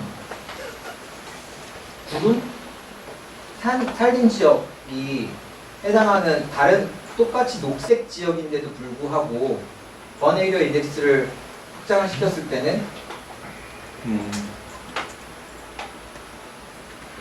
오리지널 이미지에서 주변이랑 별 차이가 안 나요. 여기도 녹색이고 다 녹색인 것 같은데 저 번외교 인덱스를 가지고 적용을 해서 쫙 보면은 화재로 의해서 소실된 지역, 구름에 의해서 지금 가려지긴 했지만 영상에 의해서 저 지역을 식생 지역이었던 지역이 이렇게 바뀌었을 때 인덱스 값을 통해서 나타내 볼 수가 있었습니다.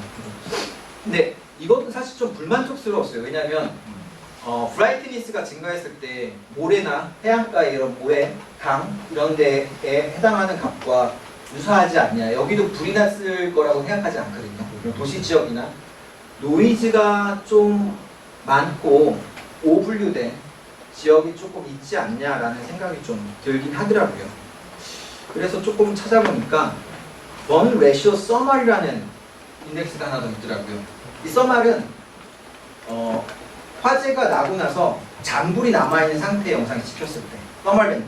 그래서 숲이 열을 발산하는 경우는 잘 없잖아요. 근데 화재가 나고 나서 열이 발생하고 잔불이 있다, 열이 있다라는 그런 개념으로 11번 밴드가 써멀 인프라레드예요. 인프라레드 우리 아지랑이 피우듯이 열이 있으면 그 지역에 적외선 값이 반응을 하는데 그 원리를 가지고 NIR 곱하기 근 적외선 쇼트 웨이브 인프라레드 하고 NIR에서 템프라는 거는 온도 값을 가지는 11번 밴드, 랜스텟 8번에 11번 밴드, 그리고 소프트웨어 인프라 7번 밴드, 5번 밴드 뭐 이런 걸 계산을 해서 연구 논문을 홀든이라는 사람이 2005년에 냈단 말이죠. 그 사람의 논문에 따라서 밴드를 계산을 한번 해보겠습니다. 카피해서 맨 아래다가 넣고 실행을 시켜보면 BAI보다 MBRT가 똑같은 영상이죠. 지금 영상은 똑같은 영상을 쓰고 있는데 결과적으로 보면 훨씬 더 선명하게 노이즈 없이 화재 지역을 더 잘 디텍션을 하고 있더라고요.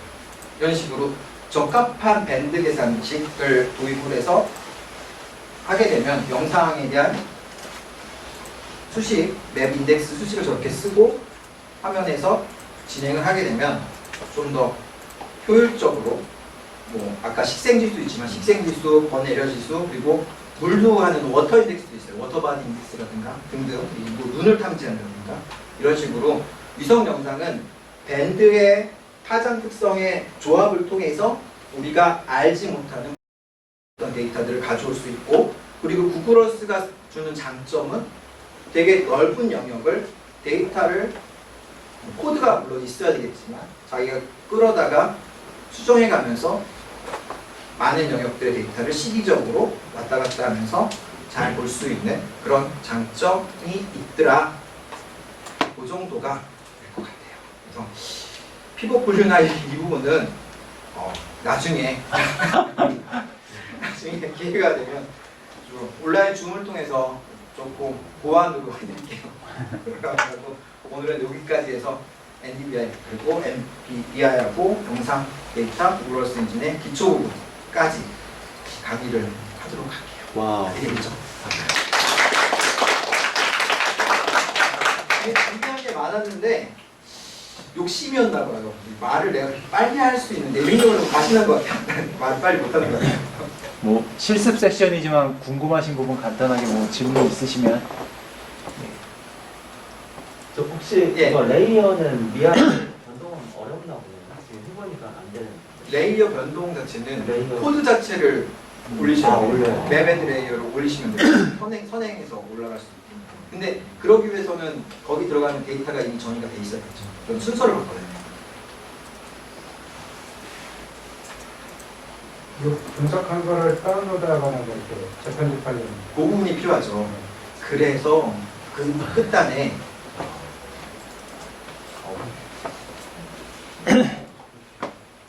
거기까지 하죠. 거기까지 하죠. 익스포팅 섹션이 있습니다. 그래서 저장되어 있는 이미지, 지금 MVI라고 이미지가 됐잖아요. 그렇죠? 그리고 익스포트 이미지가 됐잖아요. 자, 이 코드에서 필요한 거는 들어갈 이미지하고 이거는 디스크립션은 내가 쓰는 거예요. 파일을 구글 드라이브에 내 구글 드라이브에 저장이 돼요. TIFF 파일로 저장이 되고 뭐가 필요하냐면 AOI 이미지를 잘라낼 영역이 필요해요. 어느 영역? 자, 요거 여기까지 한번 실습을 한번 해볼게요. 복사해서 저장한 것 중에서 강원도 이 지역의 산불 지역에 대해서 팔레트에 들어가 있는 저 색상값이 들어가 있는 NBRT가 궁금해요. 그죠? NBRT를 나의 지도에 저장하기 위해서는 그 코드를 끝에다가 붙여 놓으시고요.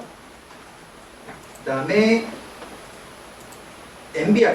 NBRT를 복사해서 이미지에 NBRT에다가 여기다가 이미지에다가 집어넣을게요. 그러면은 쓰는 이미지는 NBRT고, 그 다음에 디스크립션도 뭐 NBRT겠죠? NBRT고 강원이 됐죠. 강원 KW 이거는 옵션입니다. 그냥 설명하는 거예요. 디스크립션 파일, 프리픽스나 이거는 자기가 알아볼 수 있도록 하는 거죠.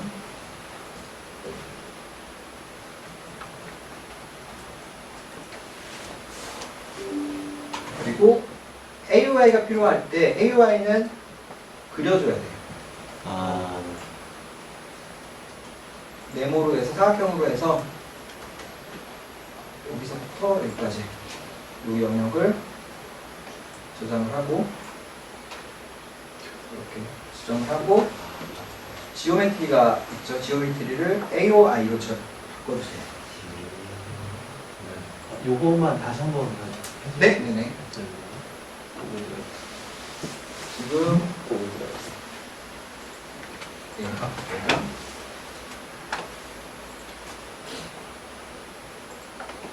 AOI 부분이 필요하기 때문에 이 마지막 함수 부분에서 우리는 Area of Interest라고 ROI라고 쓰고 Region of Interest라고 쓰고 AOI, Area of Interest 쓰는데 얘를 하기 위해서는 지오메트리에서 폴리곤 도형이죠.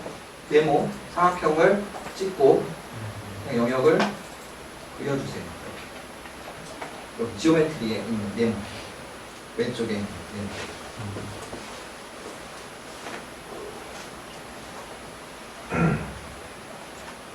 이렇게 해주시면은 맨 위에 이 지오메트리에 지오메트리라고 생길 거예요. 이거 이름을 AOI로 바꿔주시면 돼요.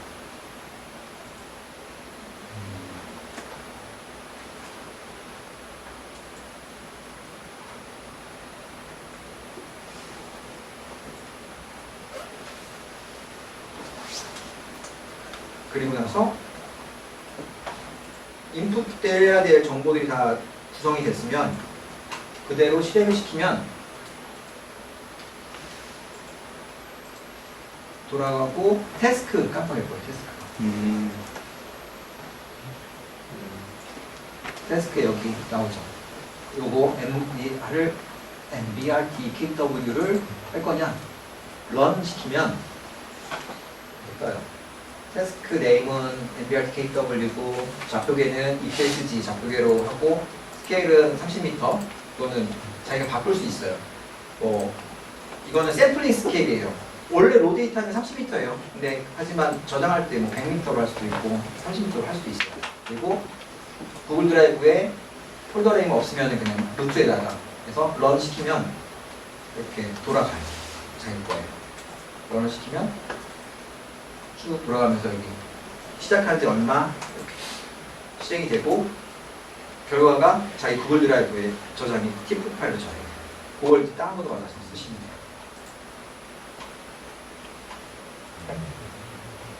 굉장히 뭐 이렇게 짧은 시간에 많은 것들을 잘 전달해 주셔가지고 너무 감사한데 어쨌든 이 방에서 구글러스 엔진을 가장 많이 쓰신 분이잖아요. 그래서 한 가지 질문이 구글러스 엔진이 이제 어떤 무료 소프트웨어나 오픈 소스 계열이 아니고 네. 이제 유무료 서비스가 이제 구분이 돼 있는데 네. 개인 연구자가 연구할 때 뭔가 그런 어떤 비용적 필요성이나 한계 같은 걸 느끼신 적이 있는지 좀 궁금합니다. 네. 이거는 비용적인 한계를 사실 느낀 적은 없어요. 네네네. 왜냐하면 이 데이터를 개인이 쓰기에 전 지구를 다운로드 받을 게 아니라면 프로세스 항에서 내가 뭐 우리나라 정도의 영역들을 지정을 해가지고 그 정도씩 섹션을 끊어서 데이터를 처리하면 되는 거니까 영역을 지정하고. 근데 파이썬 기반의 텐서플로우나 이런 머신러닝 AI를 돌리고 하는 거를 하려면 콜앱이랑 연결이 되고 그죠. 네. 거기 클라우드에 데이터가 바스킷에 아이디가 저장이 돼 있어야지 그걸 가지고 돌린 다음에 다시 가져오고 하는 걸 하더라고요. 그러면은 콜앱은 유료잖아요. 그 그쵸. 패킷에 예, 따라서 예. 들어가니까 그걸 써야 되는데 그거는 안 써봤어요. 도전을 안 해봐서 아직까지는 한계를 못 느꼈습니다. 아, 알겠습니다. 또 다른 분 계시면? 아, 네. 장시간 그러면 준비해 주신 강동지 박사님께 다시 한번 다음에 또 요청드려야 될 것 같아요.